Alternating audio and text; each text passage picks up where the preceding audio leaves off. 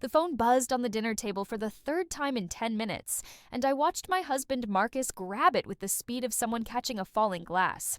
His eyes scanned the screen quickly, and then he turned the phone face down on the table, right next to his plate of spaghetti. He looked up at me with a smile that seemed forced, like he was trying too hard to act normal. Something was definitely wrong, and I could feel it in my bones. "Who keeps texting you?" I asked, trying to keep my voice casual and light. I did not want to sound like a jealous wife, even though my heart was beating fast in my chest.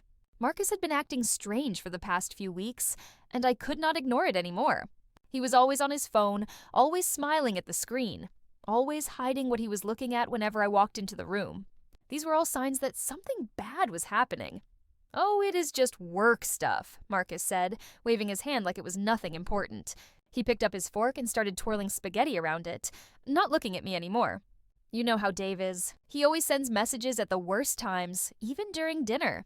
I should probably tell him to stop. But you know how it is with work. They think they own you 24 hours a day, 7 days a week?" He laughed, but it sounded fake and hollow.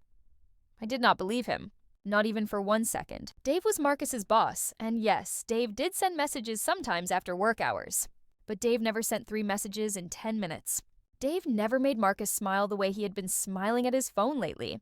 Dave definitely never made Marcus suddenly start caring about his appearance, buying new clothes, and wearing cologne every single day. Something else was going on, and I was determined to find out what it was. "Can I see your phone?" I asked directly, looking straight into his eyes. I wanted to see how he would react to this simple question.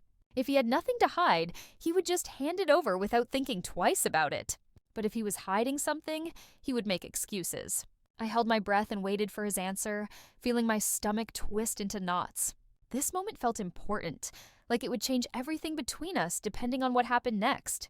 Marcus stopped eating and stared at me with wide eyes, like I had just asked him to do something crazy. "What? Why would you want to see my phone?"